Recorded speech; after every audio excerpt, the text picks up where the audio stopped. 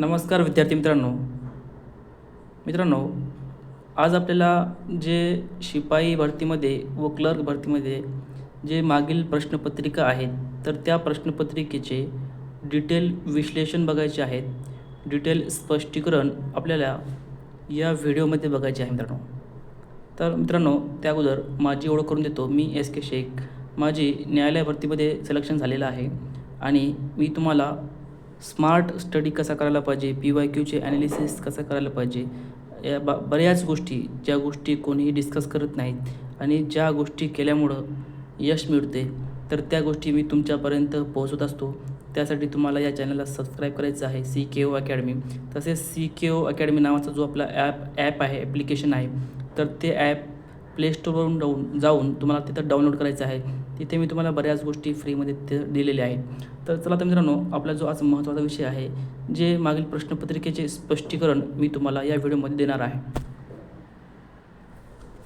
तर मित्रांनो, त्या अगोदर मी तुम्हाला सांगतो PYQ ॲनालिसिसचे किंवा PYQ विश्लेषणचे काय फायदा होतो. तर मित्रांनो, PYQ ॲनालिसिस खूप महत्त्वाचं आहे. कोणत्याही परीक्षेमध्ये जर तुम्हाला पास व्हायचं असेल, तर जे मागील प्रश्नपत्रिका असतात त्याचा अभ्यास केल्याशिवाय तुम्ही पास होऊ शकत नाही. आणि मागील प्रश्नपत्रिकेचा अभ्यास केल्यावर असं आपल्या लक्षात येतं की जो कोणत्याही एक्झाम असो, तर त्या एक्झामचा जो 100% सिलेबस असतो, तर त्या 100% सिलेबसपैकी फक्त 20% सिलेबस असा असतो की त्या 20% सिलेबसवर 80% प्रश्न विचारलेले असतात. तर ते 80% प्रश्न जो 20% सिलेबस असतो त्यावर डिपेंड असतात. तर त्यासाठी आपल्याला ते महत्त्वाचे टॉपिक, रिपीट होणारे टॉपिक आपल्याला तिथून कळतात. तर मित्रांनो, जे न्यायालय भरतीमध्ये जे रिपीट होणारे महत्त्वाचे टॉपिक आहेत, तर ते खूप मोजके टॉपिक आहेत. तर त्या मोजके टॉपिक तुम्ही जर अगोदर व्यवस्थित करून ठेवले आणि नंतर बाकीच्या गोष्टी केल्या, तर तुम्हाला जास्त मार्क्स मिळतात. तुमचे पास होण्याचे चान्सेस खूप वाढतात मित्रांनो. तर तुम्हाला ती जर PDF हवी असेल, तर ती PDF सुद्धा मी आपल्या ॲपमध्ये CKO अकॅडमी नावाचं ॲप आहे, तर तिथे तुम्ही जाऊन ते डाउनलोड करू शकता. तर मित्रांनो, आपल्याला आज बघायचं आहे, स्पष्टीकरण मी तुम्हाला देणार आहे. तर आपला प्रश्न आहे, महाराष्ट्र राज्याच्या लोकसभेत किती सदस्य आहेत? मित्रांनो, फक्त तुम्हाला मी स्पष्टीकरण देणार नाही, तर PYQ ॲनालिसिस कशा पद्धतीने केली जाते आणि PYQ ॲनालिसिसचा काय फायदा होतो, तर या सर्व गोष्टी मी तुम्हाला सांगणार आहे. तर इथं आपल्याला प्रश्न विचारलेला आहे की महाराष्ट्राच्या लोकसभेत किती सदस्य आहेत? तर मित्रांनो, याचं उत्तर आहे, महाराष्ट्राच्या लोकसभेत एकूण 48 सदस्य आहेत. किती सदस्य आहेत? एकूण 48 सदस्य महाराष्ट्राच्या लोकसभेत आहेत. आता मित्रांनो, इथं थोडंसं कन्फ्युजन होऊ शकतो. लोकसभा म्हटलं तर 48 आणि तुम्हाला विचारलं फक्त की महाराष्ट्राच्या राज्यसभेत, तर महाराष्ट्राच्या राज्यसभेत 19 सदस्य आहेत. हे तुम्हाला लक्षात ठेवायचं आहे, खूप महत्त्वाचं आहे. आता मित्रांनो, मी जेव्हा मागील प्रश्नपत्रिकेचे ॲनालिसिस करत होतो, तर माझ्या असं लक्षात आलं की काही जे प्रश्न आहेत त्यांनी फक्त पर्यायावरून ते प्रश्न तयार केलेले आहेत. तर पर्यायावरून प्रश्न तयार केल्यामुळं आपल्याला पर्यायाची पण माहिती घेणे खूप गरजेचं आहे. तर या अगोदर तुम्हाला सांगतो मित्रांनो, तसेच काही प्रश्न त्यांनी तिथेच प्रश्न तयार केलेला आहे. म्हणजे मागील प्रश्न बघितला आणि त्याच्यातून नवीन प्रश्न तयार केला, तर इथे नवीन प्रश्न तयार होऊ शकतो मित्रांनो. आता तुम्हाला लोकसभेचा विचारलेला, राज्यसभेचा विचारला आहे. आता पुढच्या वेळेस तुम्हाला लोकसभा आणि राज्यसभा एकत्रित करून विचारू शकतात. तर ह्या दोघांची आकडेवारी जी आहे ते तुम्हाला पाठ पाहिजे, हे लक्षात ठेवायचं मित्रांनो. आता आपण पुढचा प्रश्न बघूया. तर मित्रांनो, पुढचा प्रश्न आहे, हे मुंबई उच्च न्यायालयाचे मुख्य न्यायाधीश आहेत. तर मित्रांनो, हा प्रश्न 2020मध्ये विचारला होता. तर तो प्रश्न आता व्हॅलिड नाही. तर आपल्याला महत्त्वाचं काय आहे, सध्याचं आपल्याला बघावं लागते. तर आपल्याला हा प्रश्न विचारलेला होता मागच्या वेळेस. तर आत्ता सध्याचे जे न्यायमूर्ती आहेत, तर सध्याचे न्यायमूर्ती कोण आहेत? श्री चंद्रशेखर हे सध्याचे न्यायमूर्ती आहेत. हे तुम्हाला लक्षात ठेवायचं आहे. मुंबई उच्च न्यायालयाचे जे मुख्य न्यायाधीश कोण आहेत? तर न्यायमूर्ती श्री चंद्रशेखर हे आहेत, हे लक्षात ठेवायचं आहे. आणि यांनी पदभार कधी स्वीकारलेला आहे? तर 5 सप्टेंबर 2025 रोजी यांनी पदभार स्वीकारलेला आहे. तर यापूर्वी अलोक आराधे यापूर्वी हे मुंबई उच्च न्यायालयाचे मुख्य न्यायाधीश होते. आता मित्रांनो, लक्षात कसं ठेवायचं की न्यायमूर्ती श्री चंद्रशेखर हे मुंबई उच्च न्यायालयाचे न्यायाधीश आहेत. तर हे लक्षात ठेवण्यासाठी मी तुम्हाला एक हिंट देतो.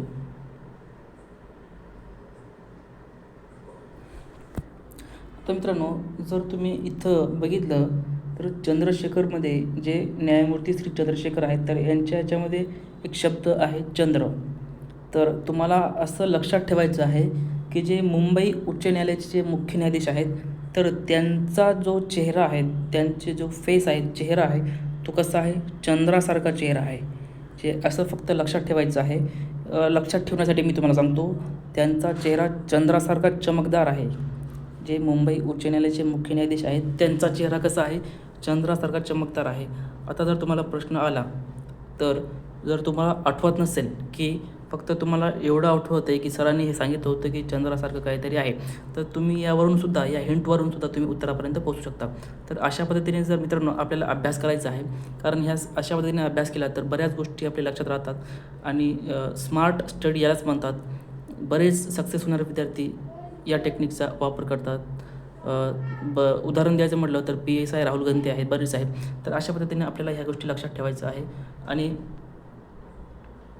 आता पुढचा प्रश्न बघूया मित्रांनो आपण.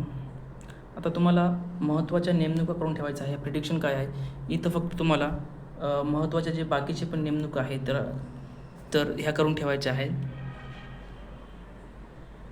तर पुढचा प्रश्न आहे मित्रांनो, जिम कार्बेट हे राष्ट्रीय उद्यान कोणत्या राज्यात आहे?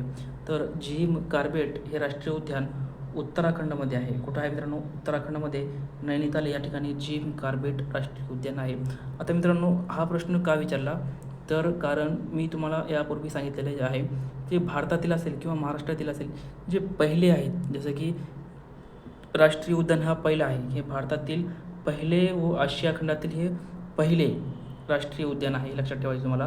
याची स्थापना कधी झालेली आहे? पहिले असल्यामुळे मित्रांनो ऑफिस आहे की हे जुनं असेल तरच पहिलं असतो ना. म्हणजे बघा 1936मध्ये, म्हणजे भारत स्वतंत्र होण्याअगोदर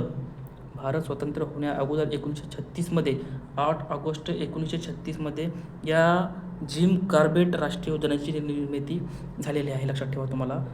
तर अशा पद्धतीने तुम्हाला इतरही जे भारतातील पहिले आहेत, जसं की पहिली मोठी किंवा पहिली, जसं की मोठी नदी असेल, पहिले राज्यपाल असेल, ह्या बऱ्याच गोष्टी तुम्हाला करून ठेवायच्या आहेत. ते महत्त्वाच्या टॉपिकमध्ये तुम्हाला मी हा टॉपिक दिला होता.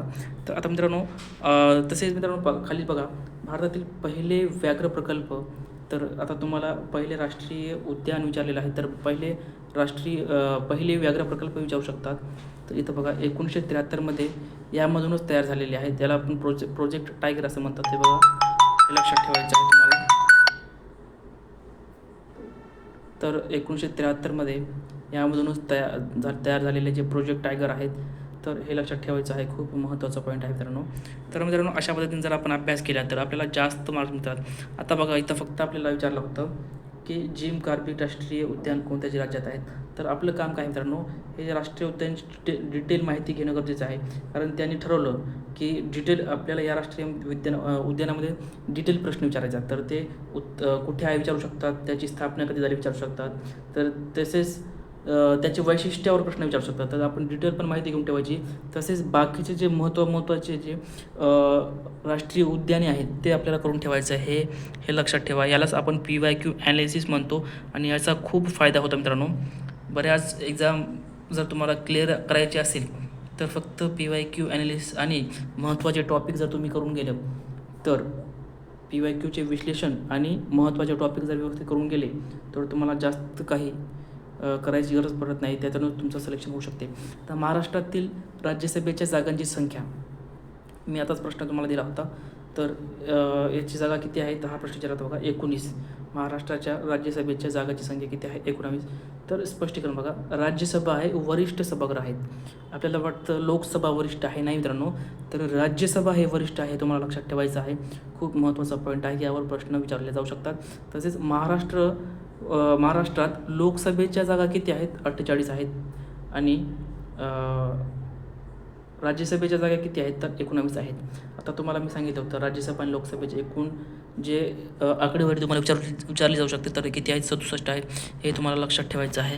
आता बघा मित्रांनो, पुढचा प्रश्न तुम्हाला प्रश्न विचारला होता की शिवसागर हे धरण कोणत्या नदीवर आहे? मी तुम्हाला धरणे हे टॉपिक शिकवलेलं होतं की ते मागील प्रश्नपत्रिका जेवढ्या पण धरणावर प्रश्न आले ते तुम्हाला तुमच्यासमोर मांडले होते आणि मी तुम्हाला सांगितलं होतं की धरणांचा अभ्यास आपल्याला कशा पद्धतीने करायचा आहे. तर इथं बघा, शिवसागर हे धरण कोणत्या नदीवर आहे, तर कोयना नदीवर आहे, हे लक्षात ठेवायचं आहे. आणि आता मित्रांनो, जर त्यांनी ठरवलं की आपल्याला शिवसागर धरणावरच प्रश्न विचारायचा आहे, थोडंसं डिटेलमध्ये जायचं आहे, तर डिटेल स्पष्टीकरण आपल्यापाशी असलं गरजेचं असते. तर बघा, कोयना हे धरण कुठं आहे, तर सातारा जिल्ह्यामध्ये आहे. महाराष्ट्राची जीवनरेखा म्हणून कुणाला ओळखतो आपण, तर महाराष्ट्राची जीवनरेखा म्हणून आपण कोयनाला ओळखतो मित्रांनो, हे लक्षात ठेवा. कोयनाला आपण महाराष्ट्राची जीवनरेखा म्हणून ओळखतो. कोयना ही कृष्णाची उपनदी आहे. उपनदी आहे, लक्षात ठेवा. महाराष्ट्रात सर्वात मोठे जलविद्युत केंद्र आहे. हा प्रश्न काय विचारला, मी तुम्हाला अगोदर सांगितलं होतं की जे मोठे आहेत, महाराष्ट्रातील मोठे असतील किंवा राज्यातील मोठे, ते जलविद्युत प्रकल्प, हे धरण थोडंसं चूक झालं. जलविद्युत प्रकल्प सर्वात मोठे विद्युत केंद्र आहे. महाराष्ट्रातील सर्वात मोठे जलविद्युत केंद्र कोण आहे, तर कोयना आहे, हे लक्षात ठेवायचं आहे तुम्हाला मित्रांनो. कुठे आहे, सातारा जिल्ह्यामध्ये आहे. तर मित्रांनो, हे खूप महत्त्वाचं पॉईंट आहे, याच्यावर प्रश्न विचारले जाऊ शकतं. आता पुढचं बघा, कोयना धरणाचे नवीन नाव काय आहे. तर मित्रांनो, कोयना धरणाचे आता नवीन नाव आलेले आहे. तर कोयना धरणाचे जे नवीन नाव आहे, छत्रपती शिवाजी महाराज जलाशय. छत्रपती शिवाजी महाराज हे जलाशय, याला आपण कोयना धरणाचे नवीन नाव आहे, लक्षात ठेवा, खूप महत्त्वाचं आहे. मित्रांनो, PYQ ॲनालिसिस म्हणजे नेमकं काय. PYQ ॲनालिसिस म्हणजे ज्या टॉपिकवर प्रश्न विचारलेला आहे, तर त्या टॉपिकची माहिती करून घेणे.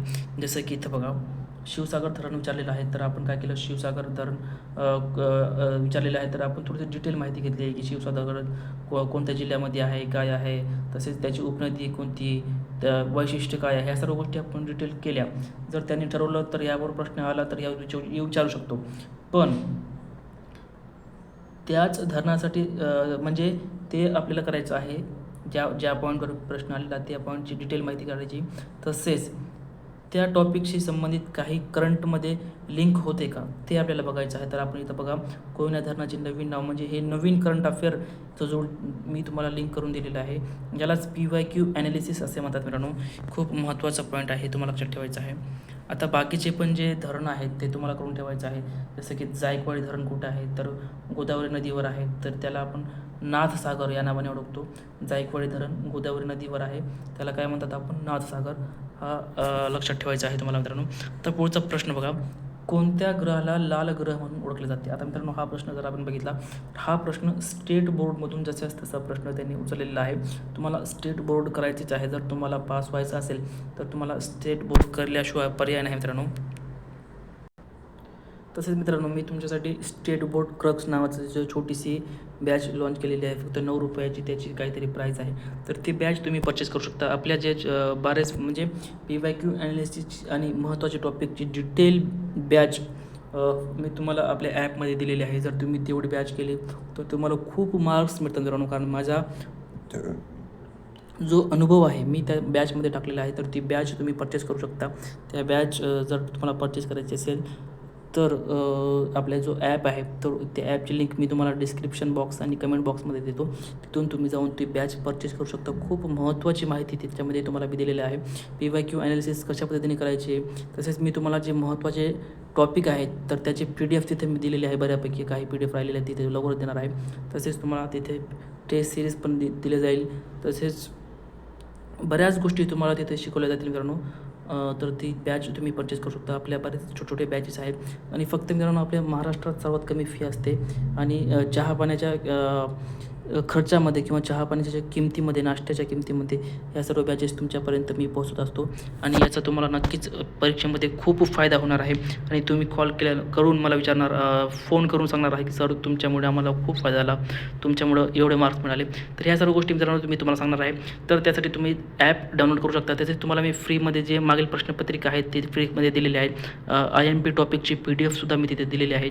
तसेच टेस्ट सिरीजसुद्धा तुम्हाला तिथं काही फ्रीमध्ये मी देणार आहे. तर तिथं तुम्ही बघू शकता. ठीक आहे. तर मित्रांनो, बघा आपला प्रश्न आहे, कोणत्या ग्रहाला लाल ग्रह म्हणून ओळखला जातो. तर लाल ग्रह कोणाला म्हणतात आपण तर मंगळ या ग्रहाला लाल ग्रह आपल्याला म्हणतात. आता मित्रांनो मंगळाविषयी आपल्याला थोडी माहिती असायला पाहिजे. तर बघा जर त्यांनी ठरवलं की मंगळावरच आपल्याला प्रश्न विचारायचा आहे, पण थोडंसं डिटेलमध्ये जायचं तर डिटेलची माहिती कोणत्या पॉईंटवर प्रश्न विचारू शकतात. तर बघा मंगळामध्ये लोह ऑक्साईड मोठ्या प्रमाणात आहेत म्हणून तो लाल ग्रह आहे. म्हणजे आता पुढचा प्रश्न तुम्हाला अशा पद्धतीने विचारला जाऊ शकतो की मंगळाला लाल ग्रह म्हणतात हे तुम्हाला प्रश्न विचारला, पण कशामुळे लाल ग्रह होतं, म्हणजे मंगळ हे लाल का होतो, मंगळ हा ग्रह लाल का दिसतो, तर त्यामध्ये जे काय आहे तर लोह ऑक्साईड आहे. काय आहे, लोह ऑक्साईड आहे, हे लक्षात ठेवायचं आहे, खूप महत्त्वाचा पॉईंट आहे. आता मित्रांनो तुम्हाला यावेळेस मंगळावर प्रश्न विचारला, आता गुरुवर, प्लुटोवर, शनीवर प्रश्न तुम्हाला विचारले जाऊ शकतात. तर बाकीच्या पण गोष्टी तुम्हाला माहिती असायला पाहिजे. तर बघा गुरु हा सूर्यमालेतील सर्वात मोठा ग्रह आहे. आता लक्षात कसं ठेवायचं, गुरु हे आपल्यापेक्षा मोठेच असतात, अनुभवाने पण मोठे असतात, वयाने पण मोठे असतात, हे लक्षात ठेवायचं आहे. तर गुरु मोठे असतात, यावरून गुरु हा मोठा आहे. सूर्यमालेतील सर्वात मोठा कोण आहे तर गुरु आहे, असं लक्षात ठेवा. तर आता बघा प्लुटो हे बटू ग्रह म्हणतात, ग्रहाच्या यादीमध्ये नाही. आता म्हणजे ग्रहाच्या यादीमधून त्याला 2006 वगळण्यात आलेलं, हे महत्त्वाचं आहे मित्रांनो. याच्यावर प्रश्न विचारले जाऊ शकतात. प्लुटो काय आहे, बटू ग्रह आहे, लक्षात ठेवा. बटू ग्रह म्हणतात, ग्रहांच्या यादीमध्ये सध्या नाही, 2006 त्याची तिथून ते काढण्यात आलेलं. सर्वात जवळचा ग्रह म्हणजे सर्वात जवळचा ग्रह कोणता आहे पृथ्वीच्या, तर बुध. सर्वात लांबचा नेपच्यून आहे, लक्षात ठेवा. सूर्यमालेतील सर्वात जवळचा ग्रह कोणता आहे, तर सूर्यमालेतील सर्वात जवळचा ग्रह बुध आहे आणि सर्वात लांब नेपच्यून आहे, हे लक्षात ठेवायचं आहे. तर बघा तुम्हाला असा प्रश्न विचारला जाऊ शकतो की सर्वात मोठा ग्रह गुरु आणि सर्वात लहान, हे ठीक आहे, मी तुम्हाला सांगितलं सर्वात मोठा ग्रह कोणता आहे, गुरु आहे. तर सर्वात मोठा गुरु आहे, तर सर्वात लहान कोण आहे, तर सर्वात लहान बुध आहे, लक्षात ठेवा.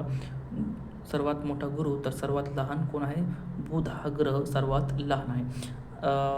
आता बघा पूर्वेकडून पश्चिमेकडे परिवलन करतो, म्हणजे जे पूर्वेकडून पश्चिमेकडे परिवलन कोण करतो, तर पूर्वेकडून पश्चिमेकडे परिवलन करणारे जे ग्रह आहेत ते शुक्र आणि युरेनस आहे. पूर्वेकडून पश्चिमेकडे जे परिवलन करणारे जे ग्रह आहेत ते कोण आहेत, शुक्र आणि युरेनस आहे. खूप महत्त्वाचा पॉईंट लक्षात ठेवा. सर्वात वेगाने परिवलन कोण करतो, तर सर्वात वेगाने परिवलन करणारा गुरु आहे. ऑफिस आहे, जर तो मोठा आहे तर त्याचे परिवलन पण थोडंसं फास्ट असेल, असं लक्षात ठेवायचं आहे तुम्हाला काहीतरी. म्हणजे गुरु हे परिवलन पण फास्ट करतो आणि गुरु पण मोठा पण आहे, लक्षात ठेवा. तसेच आता तुम्हाला सर्वात वेगाने तर परिवलन कोण करतो, तो गुरु. तर सर्वात कमी वेगाने परिवलन कोण करतो, तो शुक्र, लक्षात ठेवा. सर्वात कमी म्हणजे असं आपण लक्षात ठेवू शकतो की शुक्र हा आळसी ग्रह आहे, असं आपण हिंट आहे. शुक्र हा आळसी आहे कारण ते सर्वात कमी वेगाने परिवलन करतो, हे लक्षात ठेवा. आता पुढचं बघा, भारताचे प्रश्न व्यवस्थित दिसत नाही, ठीक आहे. प्रश्न काय होता, तर भारताची आर्थिक राजधानी कोणती आहे, असा प्रश्न होता. भारताची आर्थिक राजधानी कोणती आहे, तर मित्रांनो मुंबई ही भारताची आर्थिक राजधानी आहे. आता मित्रांनो आता हा प्रश्न होता, तर या प्रश्नामध्ये जे पर्याय होते तर ते पर्याय कोणते होते, जयपूर, मंगलोर, पुणे, बेंगलोर असा होता. तर जयपूर हे काय आहे, तर याची आपण डिटेल माहिती घेऊया. जयपूर हे गुलाबी शहर म्हणून ओळखलं जातो, जयपूर हे गुलाबी शहर म्हणून ओळखलं जातं. तर बेंगलोर हे IT हब आहे किंवा IT राजधानी म्हणून आपण बेंगलोरला ओळखतो, असं लक्षात ठेवा. तसेच पुणे आपण शिक्षणाचे माहेरघर म्हणतात. बेंगळूरला सिलिकॉन सिटी व्हॅली पण म्हणतात, बेंगळूरला काय म्हणतो आपण, सिलिकॉन व्हॅली पण म्हणतात. छत्रपती संभाजीनगर म्हणजे औरंगाबाद पूर्वीचा, आता छत्रपती संभाजीनगर, तर याला इथे काय आहे, तर अजिंठा वेरूळ लेणी आहे, ते लक्षात ठेवा. खूप महत्त्वाचं पण आहे मित्रांनो. तर आता आपण पुढं बघूया, महाराष्ट्रातील सर्वात मोठा जिल्हा कोणता आहे, तर महाराष्ट्रातील सर्वात मोठा जिल्हा पूर्वीचा अहमदनगर, आताचा अहिल्याबाईनगर, लक्षात ठेवा तुम्हाला. आता मित्रांनो महाराष्ट्रातील सर्वात मोठा जिल्हा विचारला होता आणि दुसऱ्या क्रमांकाचा जिल्हा पण विचारला होता. म्हणजे महाराष्ट्रातील सर्वात मोठ्या क्षेत्रफळाने महाराष्ट्रातील सर्वात मोठा जिल्हा कोणता आहे? तर अहमदनगर, अहिल्याबाईनगर आहे. तर तुम्हाला दुसरा पण विचारला होता, तर छोटीशी एक ट्रिक आहे मित्रांनो. जर तुम्ही ही ट्रिक पाठ केली तर तुम्हाला जे महाराष्ट्रातील क्षेत्रफळानुसार जे 5 जिल्हे आहेत तर ते 5 जिल्हे ॲटोमॅटिक पाठ होऊ शकतात. बघा ट्रिक काय आहे? अपना साला गुस्सेवाला, अपना साला गुस्सेवाला असं लक्षात ठेवा.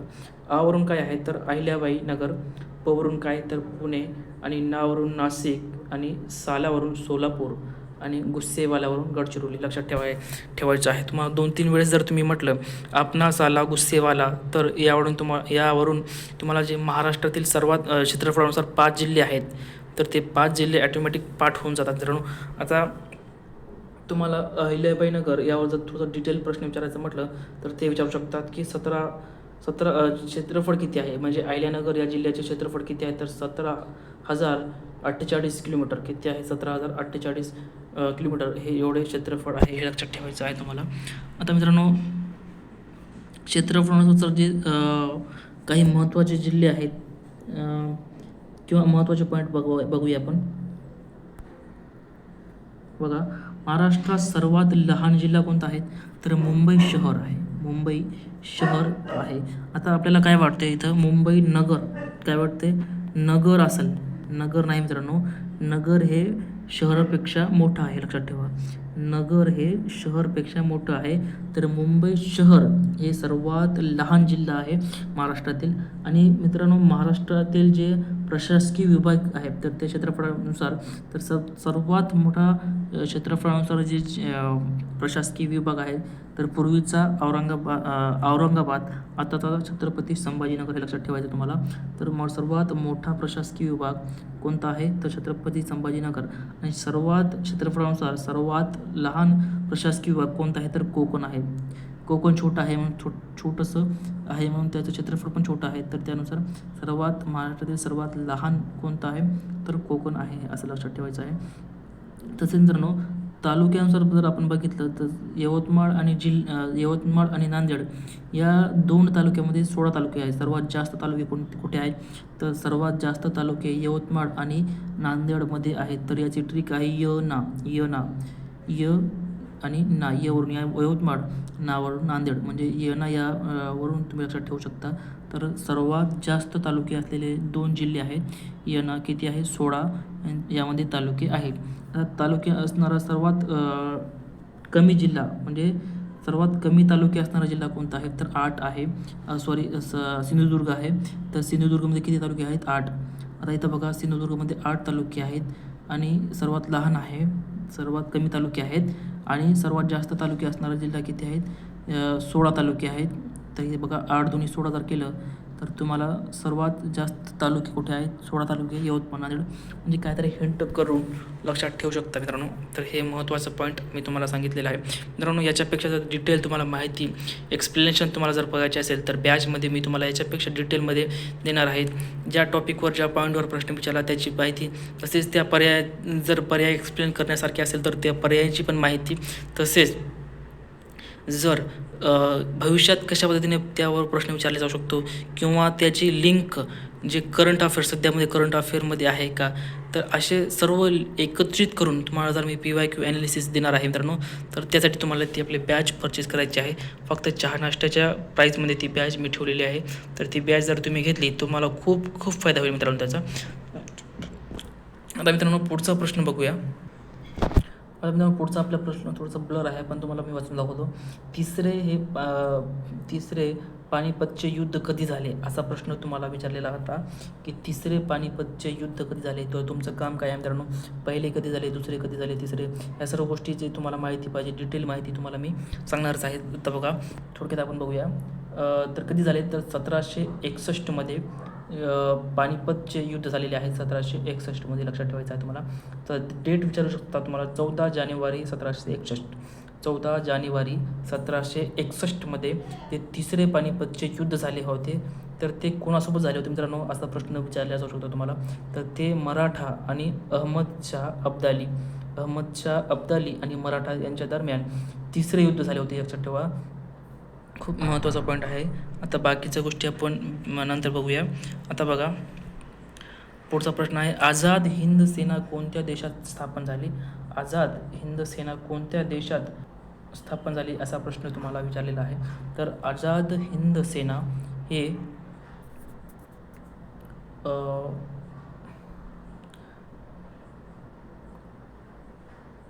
एक मिनिट स्पष्टीकरण बघूया. तर देशाची आझाद हिंद सेनेची जी स्थापना आहे तर ती कधी झाली असा प्रश्न तुम्हाला विचारला जाऊ शकतो. तर याचं उत्तर आहे मित्रांनो 1942मध्ये आझाद हिंद सेनेची स्थापना झाली. आणि कोणी केली स्थापना? तर इथं आपलं थोडंसं कन्फ्युजन होतं मित्रांनो. आझाद हिंद सेना जर तुम्हाला म्हटलं स्थापना कोणी केली म्हटलं तर रास बिहारी बोस. आपल्याला काय वाटतं की सुभाषचंद्र बोस? नाही मित्रांनो, सुभाषचंद्र बोस यांनी नंतर ते हँडओव्हर केली होती, नंतर त्यांनी घेतली होती. 1942मध्ये त्याची स्थापना आहे आणि 1943मध्ये सुभाषचंद्र बोस यांनी घेतलेली होती, हे लक्षात ठेवा. आणि हे कुठे स्थापन झाली होती? तर जपानमध्ये टोकियो. हा प्रश्न विचारलेला आहे मित्रांनो, जपानमधील टोकियो वर दोन वेळेस प्रश्न विचारलेला आहे त्यांनी, लक्षात ठेवा. जपानमधील टोकियोमध्ये आझाद हिंद सेनेची स्थापना झालेली होती आणि सर्वात प्रथम त्याची स्थापना रास बिहारी बोस यांनी केली होती. आणि त्यानंतर सुभाषचंद्र बोस यांनी कधी ते त्याचे नेतृत्व केले? तर 1943मध्ये नेतृत्व केले. आणि ते कुठं केले? तर सिंगापूरमध्ये केलेले, हे लक्षात ठेवा. सुभाषचंद्र बोस यांनी सिंगापूरमध्ये केले नेतृत्व आणि रास बिहारी बोस यांनी कुठे केले? तर जपानमधील टोकियोमध्ये केलेलं आहे, लक्षात ठेवा. खूप महत्त्वाचा पॉईंट मी तुमच्यासोबत डिस्कस केलेला आहे. तर मित्रांनो, अशा पद्धतीने तुम्हाला ह्या सर्व गोष्टी PYQ ॲनालिसिस आत्तापर्यंत आलेले जे GKचे सर्व प्रश्न, मी फक्त शिपाईचेच प्रश्न तुमच्यासाठी एक्सप्लेनेशन करणार नाही, ॲनालिसिस करणार नाही, विश्लेषण देणार नाही. तर शिपाई प्लस क्लर्क हे दोन्ही गोष्टी मी जर तुम्हाला देणार आहे आणि याचा तुम्हाला परीक्षेमध्ये खूप फायदा होणार आहे मित्रांनो. याच्यापेक्षाही डिटेलमध्ये आपण बॅचमध्ये तुम्हाला देणार आहे मित्रांनो. तर तुम्हाला जर बॅच परचेस करायचे तर बॅच परचेस करू शकता. मित्रांनो, तुम्हाला जे काही प्रॉब्लेम असेल तर तुमचे जे प्रॉब्लेम असेल किंवा तुमचा काही प्रश्न असेल तर तुम्ही कमेंट बॉक्समध्ये ते प्रश्न विचारू शकता. तसेच मी प्रत्येक कमेंट वाचण्याचा प्रयत्न करतो मित्रांनो. ज्या ह्या गोष्टी आहेत मी ह्या गोष्टी कोणीही तुम्हाला सांगत नाही. आता मित्रांनो, थोडक्यात तुम्हाला सांगतो की अभ्यास कशा पद्धतीने करायला पाहिजे. पास होणारे विद्यार्थी स्मार्ट स्टडी कशा पद्धतीने करतात? तर स्मार्ट स्टडी कशा पद्धतीने करतात? तर जे सर्वात प्रथम जे मागील प्रश्नपत्रिका अभ्यास करतात, मागील प्रश्नपत्रिकेचा अभ्यास करतात आणि मागील प्रश्नपत्रिकेचा अभ्यास करून जे महत्त्वाचे टॉपिक आहेत, रिपीट होणारे टॉपिक आहेत मित्रांनो. मी बघितलं की 2018पासून ते 2025पर्यंत जे आपण एवढा एक्झाम झाल्या न्यायालयाने हायकोर्ट, मुंबई हायकोर्टने एक्झाम घेतल्या, तर त्यामध्ये काही ठराविक टॉपिक आहेत रिपीट होतात मित्रांनो. ते टॉपिक जर तुम्ही व्यवस्थित करून ठेवले तर तुम्हाला खूप त्याचा फायदा होतो. आणि मित्रांनो, ते महत्त्वाचे टॉपिक आणि जे आपण दिलेले आतापर्यंत सर्व GKचे PYQ ॲनालिसिसचे स्पष्टीकरण जर तुम्ही करून गेले तर तुम्हाला याचा खूप फायदा होईल मित्रांनो. तर मित्रांनो, ह्या 2 गोष्टी तुम्हाला करायच्याच आहेत, हे लक्षात ठेवायचं आहे.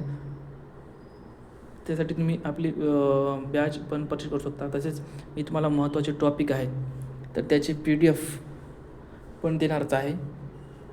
तर मित्रांनो, तुमचे काही प्रश्न असेल तर तुम्ही प्रश्न विचारू शकता.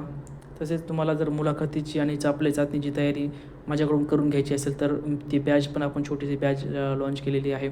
तर अशा पद्धतीने मित्रांनो, तुमचे काही प्रश्न असेल तर प्रश्न विचारू शकता. आणि टेलिग्रामची लिंकसुद्धा मी तुम्हाला या खाली देतो, तिथं पण बऱ्याच गोष्टी आपण फ्रीमध्ये देणार आहे.